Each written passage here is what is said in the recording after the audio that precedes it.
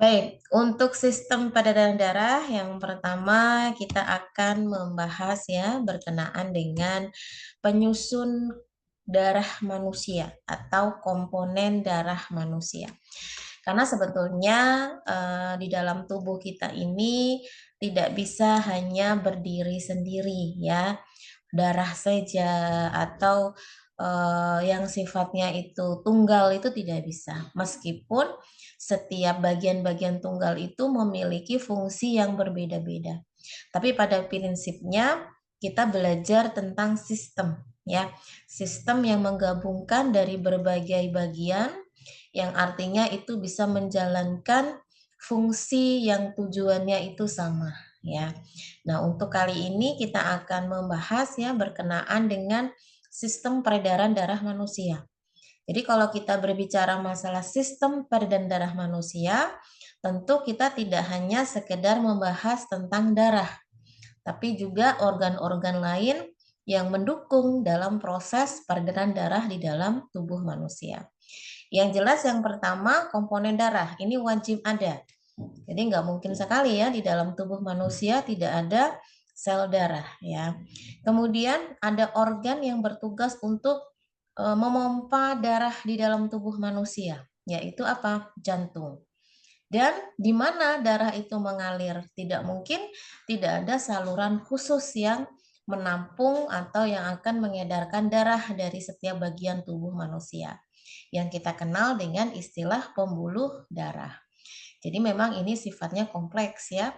Jadi kalau sistem peredaran darah pada manusia itu tidak hanya berbicara tentang darah, tetapi juga tentang jantung dan pembuluh darah. Baik, untuk kesempatan kali ini semoga waktunya bisa mencukupi ya. Yang pertama, kita akan membahas berkenaan dengan komponen darah. Jadi kalau berbicara masalah komponen, berarti kan bukan sesuatu yang sifatnya tunggal, ya. Berarti darah itu macamnya banyak, jenisnya banyak, kan begitu ya.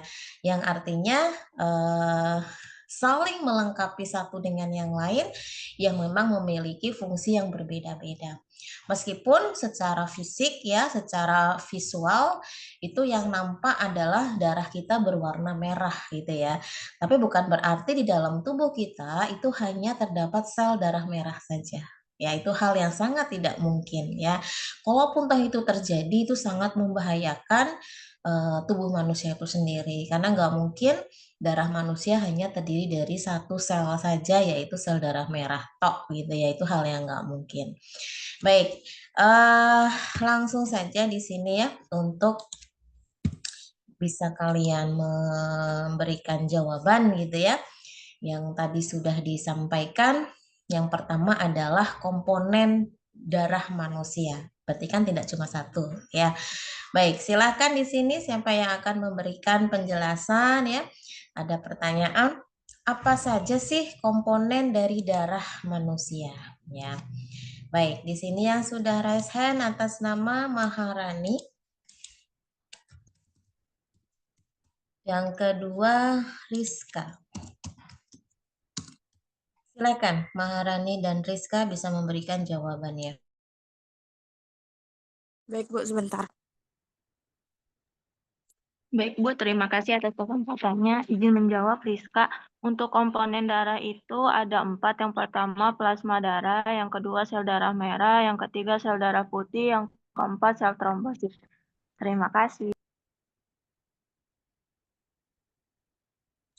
Ya, silakan dilanjutkan untuk yang kedua, Maharani. Bentar, Bu. Duh, bentar, Bu, HP-nya ngelak.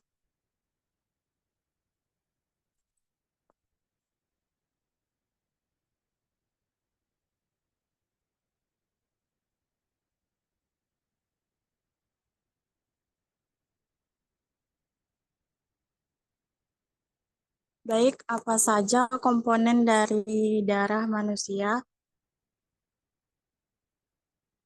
Yang pertama ada plasma darah, yang kedua sel darah merah, yang ketiga sel darah putih, yang keempat sel trombosit.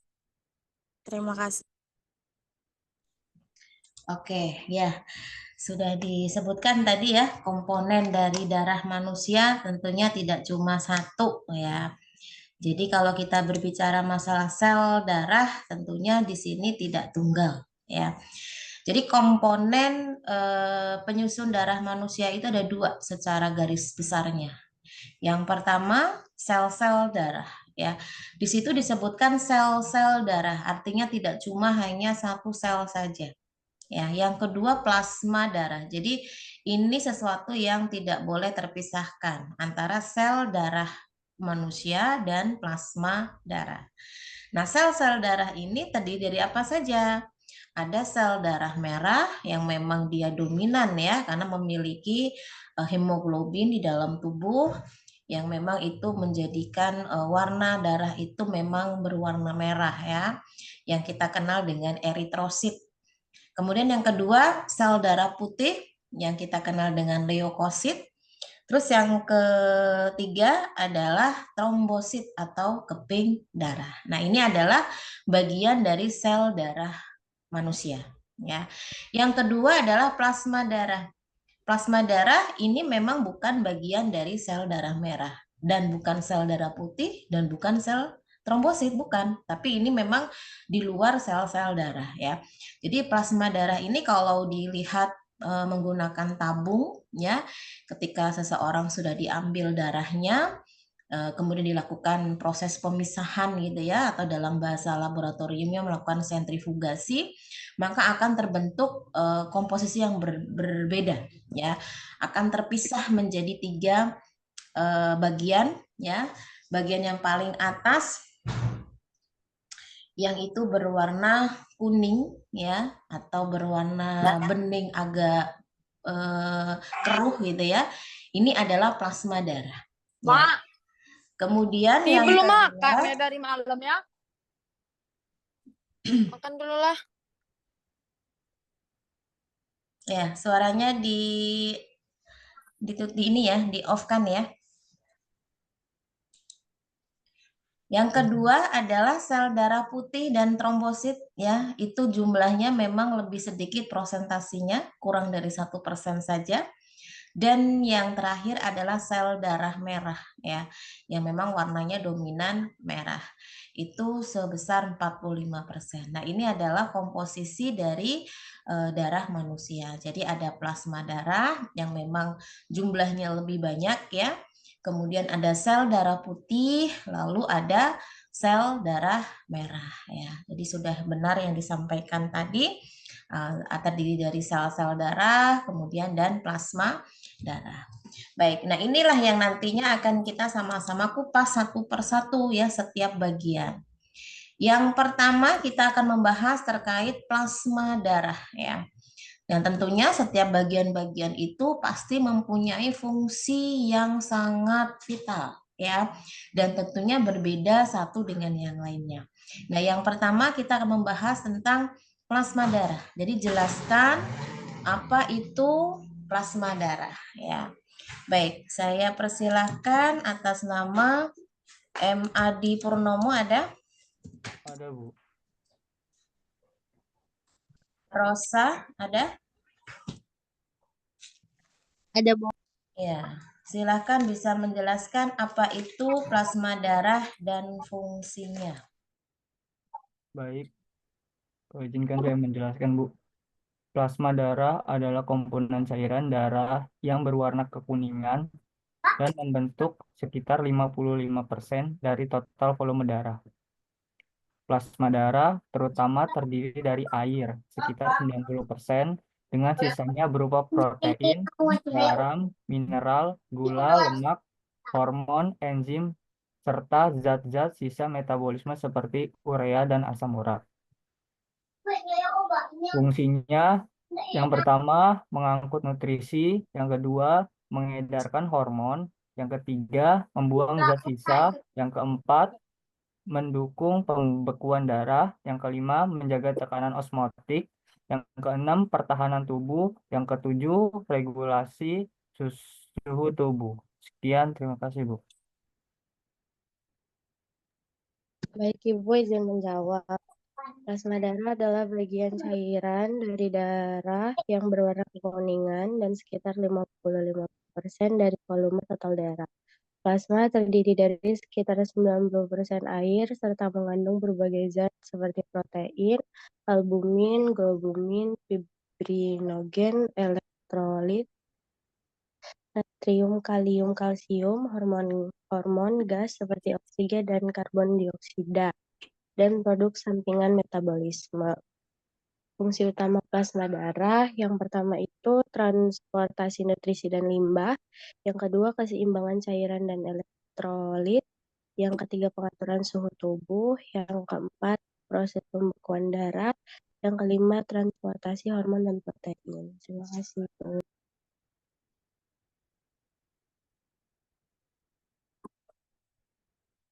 Baik, yang pertama adalah plasma darah. Ini sudah tadi disampaikan di awal ya, bahwasanya kalau diamati secara fisiknya, plasma darah itu berwarna kuning terang ya, yang mana memang jumlahnya lebih dominan dibandingkan dengan bagian-bagian yang lain ya. Nah, plasma darah itu sendiri komposisinya ya itu terdiri dari paling banyak itu adalah air ya. Hampir 92% adalah air dan sisanya adalah zat padat ya. Jadi memang tidak bisa kita hindari ya di dalam tubuh kita ini komponen yang paling dominan adalah air ya, karena memang itu banyak terdapat pada bagian darah kita. Nah, zat padat itu terdiri dari apa aja yang di dalam si plasma darah ini? Yang pertama ada istilah koagulan. Terutama ini adalah fibrinogen ya, yang berperan penting dalam proses pembekuan darah ya. Jadi memang tubuh kita itu harus memiliki kemampuan untuk proses pembekuan darah ketika terjadi pecah ya sel darahnya atau terjadi luka begitu. Kemudian ada juga protein plasma seperti albumin, globulin ya, yang ini nantinya akan berperan untuk menjaga tekanan osmotik ya. Kemudian ada elektrolit, ada imunoglobulin ya, yang ini kaitannya untuk proses antibodi ya, jadi pembentukan antibodi di dalam tubuh kita. Ada antibodi yang diperuntukkan untuk mengendapkan antigen ya, yang disebut dengan precipitin. Kemudian ada yang berperan untuk menguraikan antigen yang disebut dengan lisin, dan untuk menetralisir dari toksin ya atau racun yang dibawa oleh bahan asing yang masuk di dalam tubuh kita, bisa dalam bentuk virus, bakteri dan lain-lain ya. Jadi itu juga ada yang mengkoordinir sendiri begitu ya. Ini antibodi anti toksin. Nah, itu terdapat di dalam plasma darah ya. Baik, selanjutnya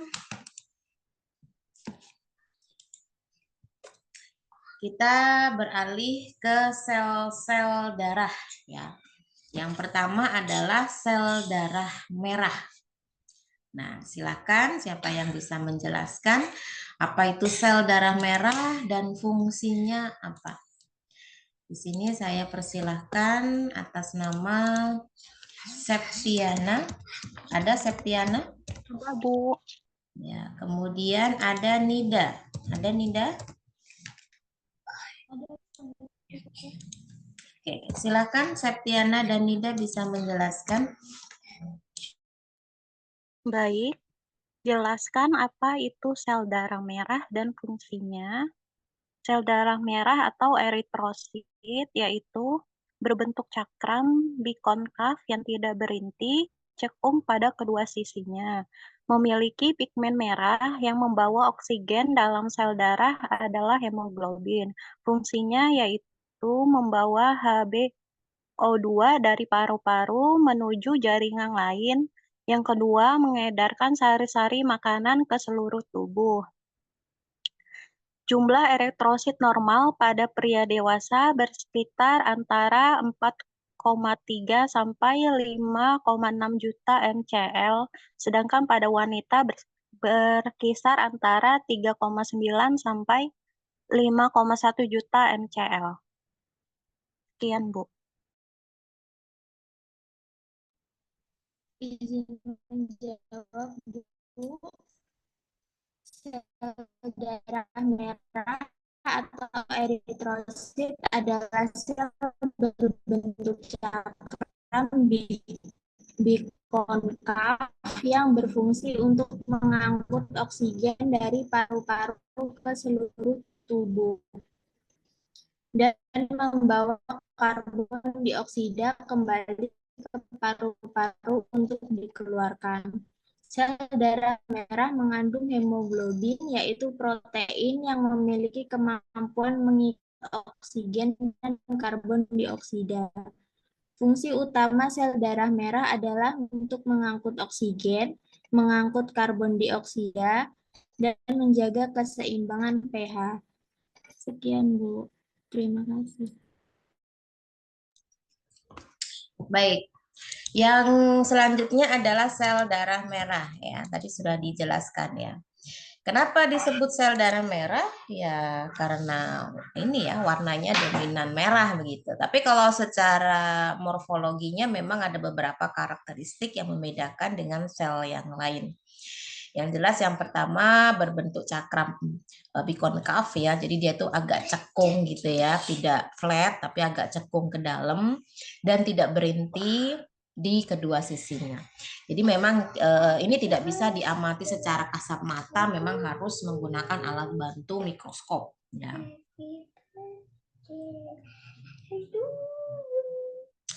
Nah, kenapa berwarna merah? Karena memiliki pigmen hemoglobin ya, yang itu membuat sel darah itu berwarna merah yang memang secara fungsinya dengan adanya hemoglobin ini yang akan mengikat oksigen ya dari paru-paru menuju ke jaringan yang lain ya. Kemudian selain untuk mengikat oksigen juga untuk mengedarkan sari-sari makanan ya, yang memang itu harus ada bagian yang mengedarkan ke seluruh bagian tubuh kita, yang itu tugas penting sekali untuk pemenuhan kebutuhan di dalam tubuh manusia. Nah, di dalam tubuh kita itu sel darah merah ini ada yang membuat ya, jadi tidak tiba-tiba ada gitu, tidak ya, dan selalu regenerasi ya, dalam waktu rentang tertentu itu mengalami regenerasi, yang mana proses terbentuknya sel-sel eritrosit ini itu terjadi di sumsum tulang belakang ya. Jadi sumsum tulang belakang itu menjadi pabriknya gitu ya, tempat produksinya dari sel darah merah. Nah, proses pembentukan sel darah merah ini disebut dengan istilah eritropoiesis. Nah, itu ada beberapa tahap-tahap yang memang diperlukan dalam proses pembentukan sel darah merah ya, hingga sudah siap dinyatakan dewasa dan sudah siap untuk mengerjakan tugas-tugas utama dari sel darah merah. Nah, itulah ya pada prinsipnya. Baik. Selanjutnya kita membahas terkait eritropoiesis ya. Nah, ini sudah saya berikan gambar. Jadi ada tahap-tahapannya sebelum terbentuk eritrosit yang paling akhir ini. Itu harus melewati beberapa proses ya. Ada proeritoblas ya, kemudian terbentuknya basofil eritroblas, terbentuknya polikromatofil, dan terbentuknya normoblas, kemudian terbentuknya retikulosit, lalu terbentuk eritrosit. Baik.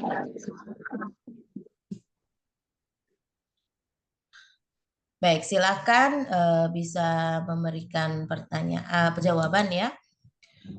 Atas nama Zaki ada? Ada Ibu. Ya, Zaki, kemudian Rahma ada?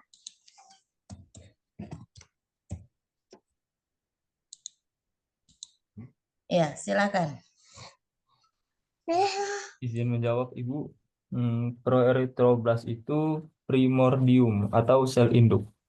Dari proses pembentukan sel darah merah, hemasitoblas dibentuk secara kontinu dari sel reticulum yang terdapat di sumsum tulang. Yang kedua ada basofil erytoblas, ditandai dengan adanya pembentukan hemoglobin. Dan yang ketiga, polikromatofil, adanya campuran substansi basofilik dengan hemoglobin. Kemudian ukuran nukleus akan mengecil namun pembentukan hemoglobin masih terus berlangsung dan akan membentuk normoblas. Terima kasih, Bu. Mahu ada lagi. Yang keempat itu ada normoblas sitoplasma. Dari normoblas akan terisi hemoglobin hingga menjadi kadar 34%. Selanjutnya, nukleus normoblas akan menghilang melalui otolisis dan absorpsi. Retikulosit, eritrosit muda yang masih mengandung substansi basofilik di sitoplasma yang membentuk serabut retilikum. Yang keenam ada eritrosit. Pendewasaan sel berlangsung sekitar 7 hari dengan masa hidup setelah pelepasan dari sumsum tulang lebih kurang 120 hari. Terima kasih, Bu. Oke. Baik, kita jeda sebentar ya. Saya izin ke belakang dulu.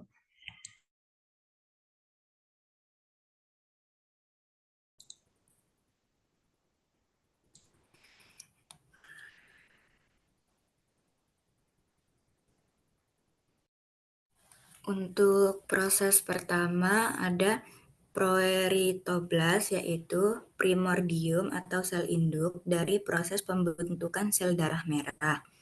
Hemasitoblas dibentuk secara kontinu dari sel retikulum yang terdapat di sumsum tulang.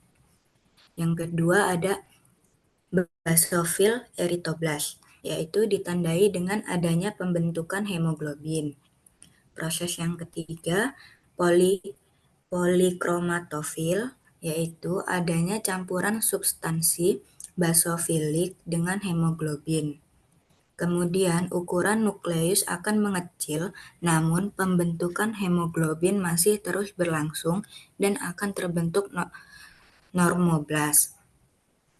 Proses yang keempat yaitu normoblas. Sitoplasma dari normoblas akan terisi hemoglobin hingga mencapai kadar 34%.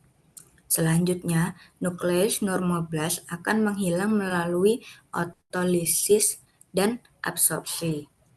Proses yang kelima retikulosit, yaitu eritrosit muda yang masih mengandung substansi basofilik di sitoplasma yang berbentuk serabut retikulum. Proses keenam, proses terakhir yaitu eritrosit, merupakan pendewasaan sel berlangsung sekitar 7 hari dengan masa hidup setelah pelepasan dari sumsum tulang kurang lebih 120 hari. Terima kasih, Bu. Oke, baik. Ya, terima kasih juga jawabannya ya. Tadi penjelasannya sudah dijelaskan step by step-nya. Yang pertama adalah pembentukan proerythroblas ya. Jadi memang semua sel yang ada di dalam tubuh kita itu ada proses dalam pertumbuhannya ya. Jadi ada tahap-tahapnya hingga menjadi sel yang dewasa begitu.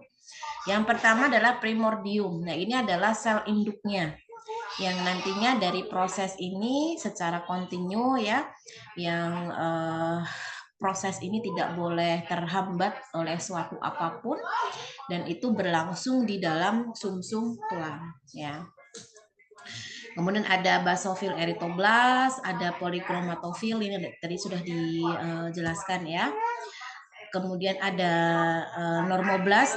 Nah, kalau normoblas ini sudah mulai proses pembentukannya itu sudah mulai matang ya, hingga kalau dilihat dari komposisinya, itu sitoplasma dari normoblast itu akan terisi hemoglobin. Jadi sudah mulai terjadi penambahan hemoglobin di dalam sel tersebut ya, yang itu kadarnya mencapai 34%.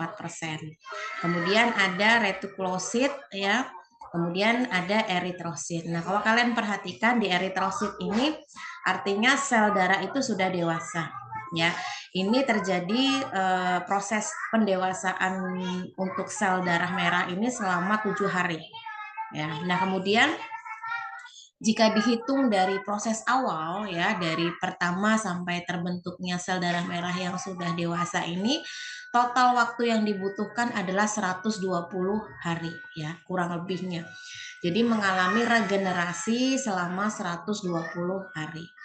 Memang sel-sel darah merah itu selalu diperbarui ya, tidak boleh menggunakan sel darah merah yang sudah lama. Jadi yang lama itu dipecah ya, yang nantinya akan dikeluarkan dari tubuh kita karena bisa menyebabkan toksik gitu ya. Nah, kalau kita ingin sehat ya secara normalnya selama tidak ada gangguan kesehatan yang lain, maka sebetulnya adanya donor darah gitu ya, itu akan membantu untuk proses percepatan regenerasi. Karena dengan adanya donor darah itu kan artinya kita memberikan darah kita kepada orang lain yang akhirnya akan mengurangi komposisi darah kita, itu akan memicu sel di sumsum tulang belakang kita untuk memproduksi sel-sel yang baru.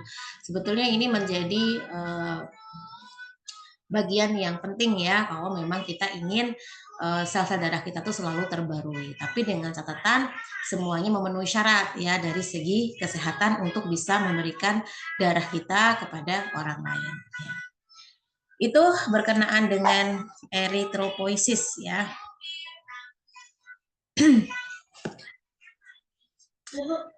Nah, selanjutnya ini saya belum memberikan pertanyaan ya, sebentar.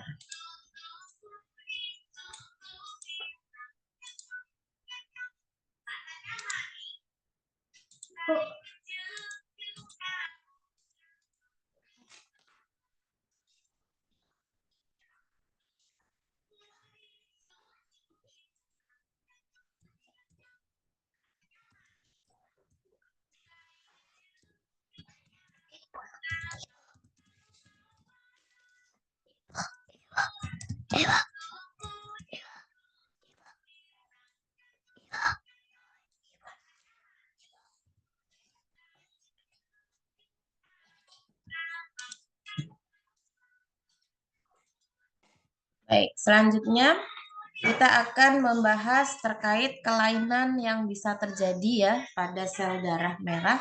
Salah satunya adalah anemia. Ya.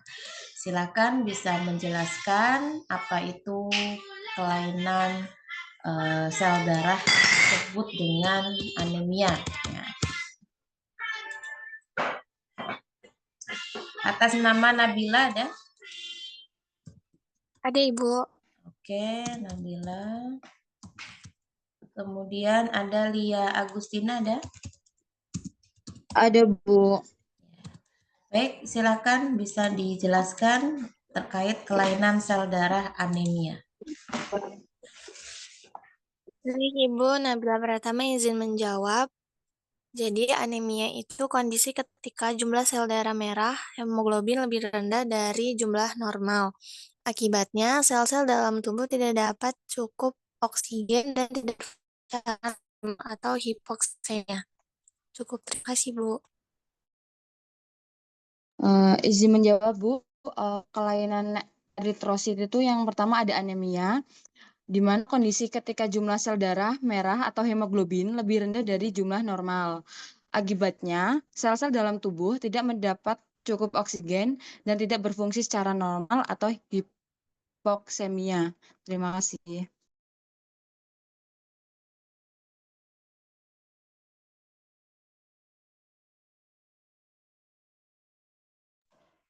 Baik, terima kasih atas jawabannya ya. Sudah disebutkan tadi, anemia itu artinya kondisi seseorang itu mengalami kekurangan jumlah hemoglobin ya di dalam tubuh. Jadi sel darah merahnya itu berkurang. Tapi ini sangat berbeda dengan tensi ya. Jangan menyamakan antara tekanan darah tinggi, tekanan darah rendah itu sama dengan kekurangan jumlah sel. Kalau untuk anemia ini kaitannya dengan jumlahnya ya, jumlah dari sel darah merah yang itu terdapat hemoglobin. Yang artinya ketika ini terjadi, kita kembali lagi, fungsi hemoglobin itu untuk apa? Untuk mengikat oksigen. Jadi kalau hemoglobinnya berkurang atau sel darah merahnya berkurang, otomatis kemampuan sel darah yang ada untuk mengikat oksigen itu sangat tidak mencukupi. Sehingga apa? Bisa menyebabkan hipoksemia ya. Sehingga tidak bisa memenuhi kebutuhan oksigen di dalam tubuh. Ini sangat berbahaya sekali ya. Jadi kalau dilihat secara normalnya ya sel-sel darah merah kita seperti ini ya. Sedangkan kalau dia kekurangan atau anemia tentunya dari segi jumlahnya pun berkurang ya. Jadi memang ini jangan sampai terjadi ya. Oleh karena itu kita butuh zat yang bisa memacu ya pembentukan sel darah merah ya, yaitu apa? Salah satu zat yang sangat berperan penting dalam tubuh kita yaitu kebutuhan zat besi ya untuk eritrosit ya. Jadi zat besi itu bisa diperoleh dari vitamin ya, bisa diperoleh dari sumber makanan nutrisi yang itu dari sayur-sayuran, dari daging, dari buah-buahan yang memang mengandung tinggi dari zat besi ya. Nah, kalau itu diasup oleh tubuh kita melalui makanan ya otomatis kan kalau makanan itu harus melalui proses pencernaan ya. Jadi harus masuk ke dalam sistem pencernaan yaitu di dalam usus ya. Lalu akan dipecah melalui pencernaan tersebut atau dicerna seperti itu ya. Nah, kemudian dalam hal ini dengan adanya proses ini itu akan memudahkan ya sel-sel darah merah itu akan terbentuk di sumsum tulang belakang kita. Jadi kalau tidak ada zat besi ini, maka tidak ada kekuatan bagi sel darah merah itu bisa terbentuk atau bisa mengalami regenerasi. Makanya jangan sampai kita tidak mementingkan asupan zat besi di dalam tubuh kita karena itu bisa menyebabkan anemia yang ketika itu sudah parah itu akan mengancam nyawa ya, artinya tidak bisa tertolong ya. Itu yang pertama berkenaan dengan anemia. Nah, yang kedua itu berkenaan dengan yang masih kaitannya dengan sel darah merah ya. Itu berkenaan dengan thalassemia ya. Kelainan yang kedua itu adalah thalassemia. Silakan di sini yang mau menjelaskan terkait kelainan ini atas nama Retno Sulistyo ada? Ada, Bu. Kemudian yang kedua Putri Asmara ada? Ada, Bu. Baik, silakan bisa menyebabkan jenis kelainan ini. Baik, Bu, izin menjawab. Thalassemia adalah kelainan darah genetik yang mempengaruhi produksi hemoglobin protein dalam sel darah merah yang berfungsi mengangkut oksigen ke seluruh tubuh. Thalassemia yaitu penyakit genetik, yakni rusaknya hemoglobin karena adanya mutasi genetik. Yang kedua, akibatnya bentuk sel eritrosit tidak beraturan, menjadikan daya ikat terhadap oksigen berkurang. Terima kasih, Bu.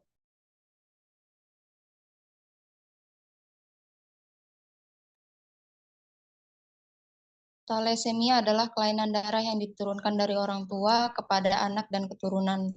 Kondisi ini terjadi karena mutasi genetik yang mengganggu produksi hemoglobin, yaitu protein dalam sel darah merah yang berfungsi mengangkut oksigen ke seluruh tubuh.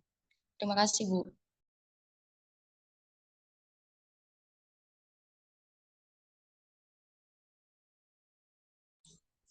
Oke, nah ini berbeda dengan anemia tadi ya. Kalau thalassemia ini secara genetik memang ada faktor keturunan yang itu dibawakan oleh ibu ya sebagai karier gitu.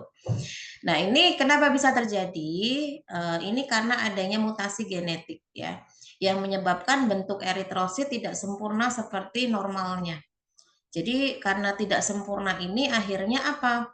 Kemampuan untuk mengikat mengikat oksigennya itu juga akan berkurang. Nah, ini sangat membahayakan sekali yang memang sama-sama mengganggu proses pengikatan oksigen di dalam tubuh ya. Secara genetiknya seperti apa?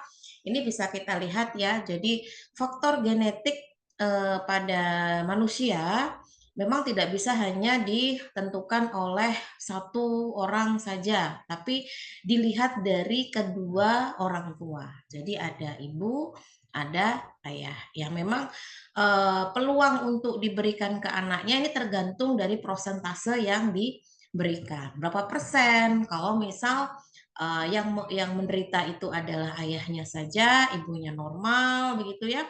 Kemudian atau kedua-duanya ini menjadi karier ya atau penderita. Nah, semua ini bisa menentukan keturunannya seperti apa. Tapi untuk zaman yang sudah canggih ini kan terjadinya kelainan-kelainan itu sudah bisa terdeteksi dari sejak sebelum dilahirkan ya. Artinya dalam hal ini mungkin ada treatment-treatment atau mungkin ada hal-hal yang itu diarahkan atau diberikan nasihat oleh dokter harus seperti apa. Nah, itu bisa dipertimbangkan. Memang secara genetik ini lebih susah karena kaitannya dengan faktor genetik yang memang secara internal di dalam tubuh manusia ya. Bukan karena kebiasaan hidup kita atau mungkin yang faktor-faktor dari luar, tetapi memang benar-benar itu ditentukan oleh faktor dari dalam.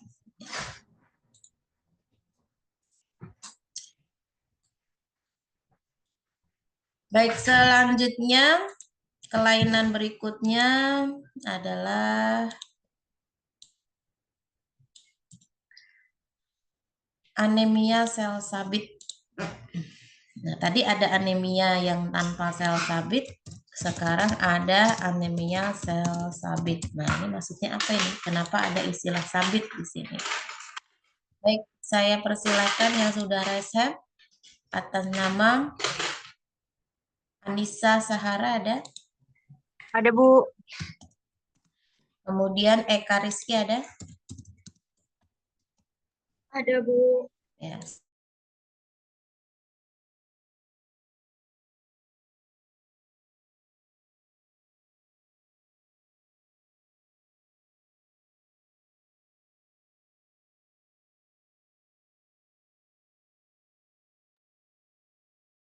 Sudah bisa jawab ya, Ibu?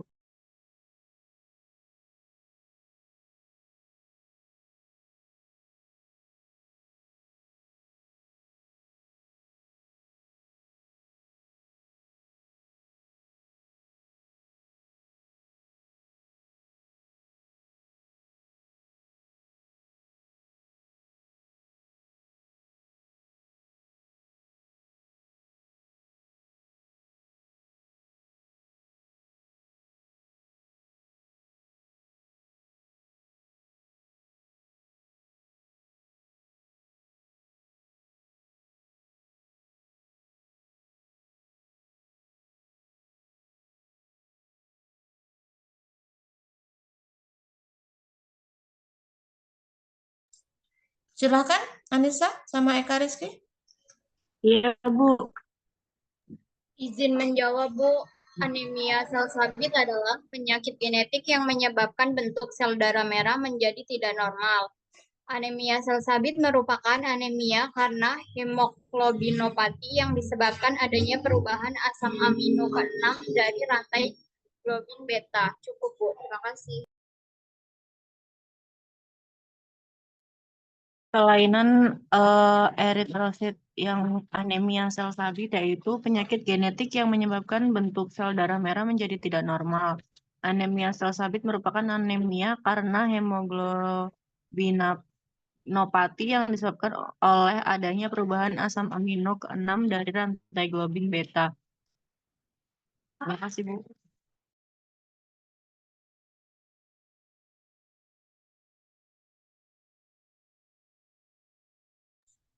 Oke, untuk anemia sel sabit sebetulnya pada prinsipnya sama ya. Jadi kaitannya dengan kekurangan sel darah merah gitu ya di dalam tubuh karena bentuknya yang tidak normal. Tapi ini secara genetik ya, yang memang itu disebabkan adanya mutasi ya. Karena di dalam sel darah merah itu kan ada hemoglobin. Jadi ada perubahan asam amino ke-6 ya dari rantai globin.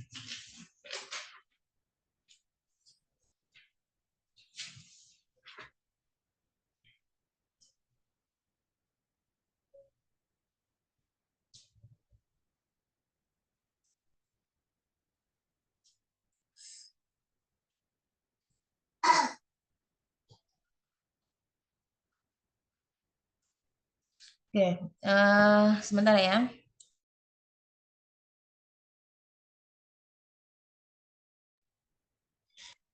Oke, baik itu ya tadi anemia sel sabit. Jadi kalau dilihat dari bentuknya itu tidak utuh ya, seperti sel darah merah normalnya, tetapi dia bentuknya sel sabit seperti ini. Dan ini sangat berbahaya sekali untuk kesehatan ya, karena akan mengganggu proses pengikatan oksigen di dalam tubuh. Nah, ini juga secara genetik ya. Jadi kalau dilihat dari peluang secara genetiknya, jika ibunya penderita ya, kemudian ayahnya adalah karier di sini tuh maksudnya dia hanya pembawa secara gennya, tetapi dia tidak menderita, tetap normal. Tetapi ada di dalam gennya itu untuk penyakit anemia sel sabit. Maka peluang untuk anak-anaknya itu 50% akan mengalami karier ya, pembawa. Kemudian 50% itu akan menderita ya anemia sel sabit. Nah, kalau dua-duanya anemia sel sabit, maka 100% anak-anaknya adalah anemia sel sabit semua. Nah, bagaimana kalau ibunya normal, ayahnya yang karier ya? Maka di sini 50% anak-anaknya akan normal, 50% itu akan karier, pembawa. Tapi sebetulnya secara fisik semuanya normal semua. Tapi membawa. Membawa itu artinya akan ada peluang ketika dia menikah dengan yang membawa juga, itu akan memberikan peluang kepada anaknya nanti itu sebagai penderita. Nah, bagaimana kalau dua-duanya karier, tapi normal? Normal dan fisiknya itu tidak mengalami anemia sel sabit, tapi di dalam gennya itu ada anemia sel sabitnya. Nah, itu nanti 25% itu normal, 50% karier, dan 25% itu anemia sel sabit ya. Baik, kita jeda untuk mendengarkan azan dulu ya.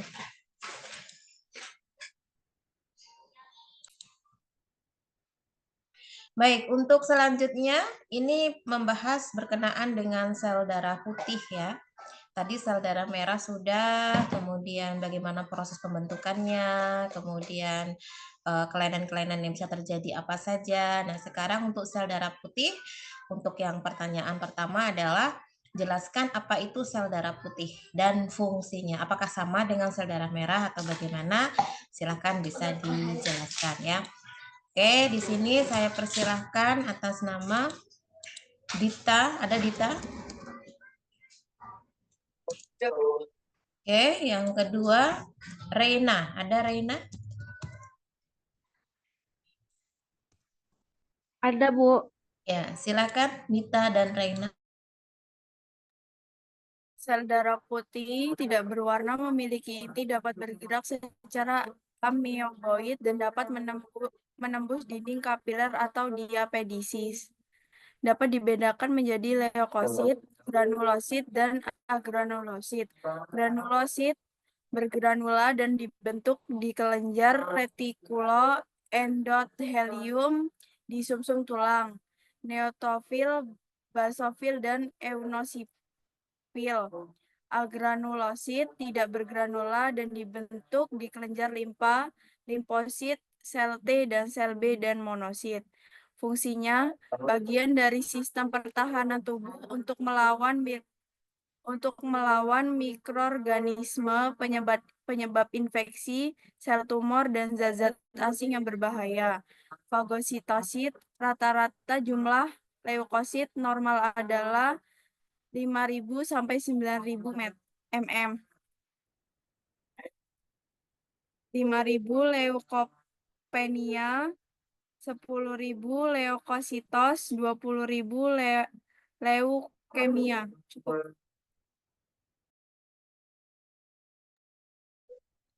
Sel darah putih adalah tidak berwarna, memiliki inti, dapat bergerak secara amoeboid dan dapat menembus dinding kapiler atau diapedesis.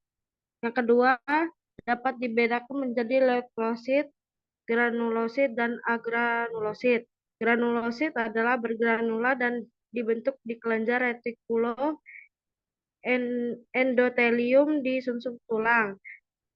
Neutrofil, basofil, dan eosinofil. Agranulosit adalah tidak bergranula dan dibentuk di kelenjar limfa, limfosit atau sel T dan sel B, dan monosit. Fungsinya bagian dari sistem pertahanan tubuh untuk melawan mikroorganisme penyebab infeksi, sel tumor, dan zat-zat asing yang berbahaya. Rata-rata jumlah leukosit normal adalah 5.000 sampai 9.000 per mm3, 5.000 per mm3 atau leukopenia, 10.000 per mm3 leukositosis, dan 20.000 per mm3 leukemia. Terima kasih, Bu. Oke, baik. Terima kasih ya atas pertanyaannya. Mungkin ini satu pertanyaan lagi ya, karena waktunya sudah habis. Satu pertanyaan, nanti sisanya bisa kalian pelajari sendiri dari rekod video yang sudah saya share-kan ya. Berarti saya butuh 3 mahasiswa untuk menutup hari ini, untuk bisa menjelaskan kelainan dari sel darah putih yang bisa terjadi ya. Yang pertama ada leukopenia, ada leukositosis, dan ada leukemia ya. Ini diberikan pengertian apa masing-masingnya. Yang pertama saya panggil atas nama Triska. Ada Triska? Ada, Bu. Triska yang leukopenia, sedangkan yang kedua Rindi leukositosis, dan yang terakhir Indah Dwi. Indah Dwi leukemia. Ini sebagai pertanyaan penutup ya.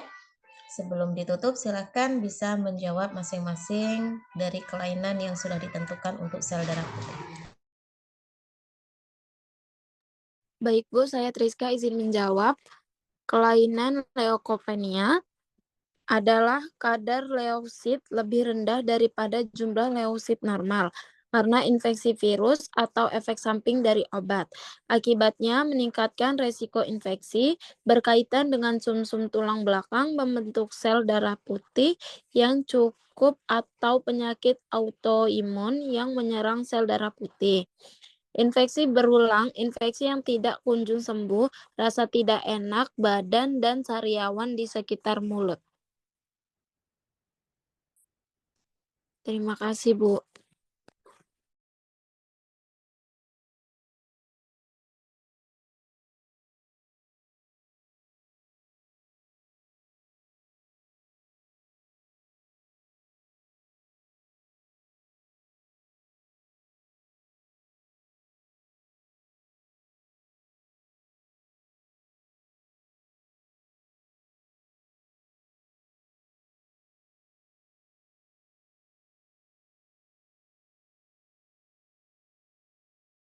Silakan langsung dilanjut ya, Rindi sama Indah Dwi, silakan.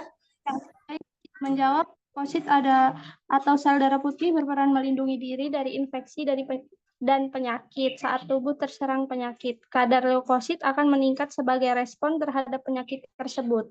Leukosit tinggi dapat menjadi tanda bahwa ada sesuatu yang tidak normal dalam tubuh seseorang. Leukosit terjadi ketika jumlah sel darah putih yang terdapat dalam tubuh lebih tinggi dari jumlah normalnya. Jumlah normal komponen penyusun darah satu ini bisa berbeda-beda tergantung pada usia. Udah, Bu, sekian.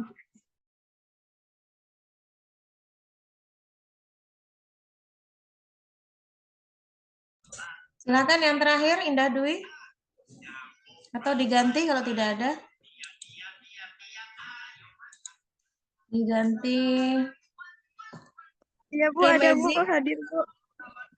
Ya, cepat ya. Maksudnya kalau namanya sudah tercantum itu harus segera cepat. Silakan. Ya, Bu. Leukemia adalah jenis kanker yang mempengaruhi sel darah putih atau leukosit, yaitu bagian penting dari sistem kekebalan tubuh. Pada leukemia, sumsum tulang menghasilkan sel darah putih abnormal dalam jumlah sangat banyak, tetapi sel-sel tersebut tidak berfungsi dengan baik. Sekian Bu penjelasan dari saya. Terima kasih. Oke, mungkin kita cukupkan dulu ya untuk sesi tanya jawab hari ini. Untuk lebih lengkapnya silakan bisa dipelajari kembali ya dari materi yang sudah saya sharekan.